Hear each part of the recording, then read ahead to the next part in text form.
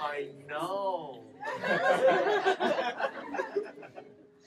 Throughout history, people have believed that the powers of amulets and charms come from the spirit world. Some societies, cultures, such as the animists, believe that there are spirits in everything, in animals, in plants, even in individual objects. Now today, if you ask most people whether they believe in a rabbit's foot or a four-leaf clover, they'll say, no, that's just mere superstition. But what if? What if, in very, very, very rare instances, at the time of death, our aura, our spirit, our soul, whatever you want to call it, when that energy is released from our body, it manages to stay together in a recognizable form and imprints itself on the environment or an individual object. Now, I have no evidence to support this theory, but there are members of my family who do. My brother-in-law, Randy, well, Randy's passed away now too. But Randy told me that this set of rosary beads belonged to his grandma, Ida. When he was around 15 or 16, Ida passed away. And he made this little shrine and put this little picture of her right there to remember her.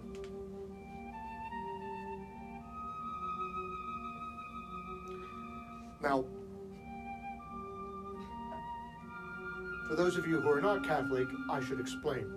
Rosary beads are used in meditation and in silent prayer, while you recite the Apostles' Creed, the Our Father, the Protestants know that is the Lord's Prayer, Hail Marys, and so on. Now, I never knew Ida. She lived to be around 85, and she was a devout Catholic. And this was her most cherished possession. They were given to her by her father for her confirmation gift when she was 13. Now, everybody in Ida's family knew that she wished to be buried with these. And when the sad day came, they were nowhere to be found. They searched everywhere, but in the end, there was no choice. She had to be buried without them. Months passed, and Randy and his older brother Terry, who was about a year older, were playing around in Grandma Ida's room, and in the back of one of the drawers, they found the rosary beads. And Randy, being a smart aleck, turned to his brother and said, "Look, Terry, I'm Grandma Ida." And at that moment, something grabbed at the rosary beads and started to yank them out of her hand. Terry screamed and ran from the room like a little girl. Randy stared at them, and as he let go, they hovered for just a second and then dropped lifeless to the floor. Want to see them? Needless to say, Randy never messed with the rosary beads again. But as I said, he did make this little stand. He set out some devotional candles.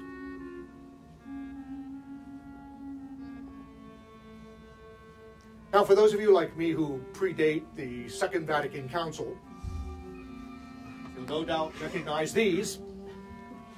The old Catholic Church collection bag. They had the long pole to go down the pews, down the aisles. Would you please carefully drop down the rosary? Yes, sir. Thank you.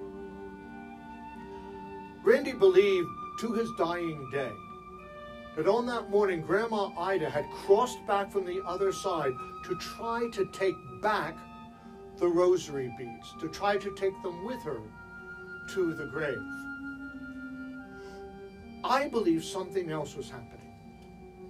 In my studies, I found that spirits tend to return to places because they want to be remembered. They come back to places that they loved, where they were loved. They just don't want people to forget them. I think that what was happening on that day was that Grandma Ida returned to say, Randy, don't worry. Should my rosary ever become lost again, I will always be close at hand.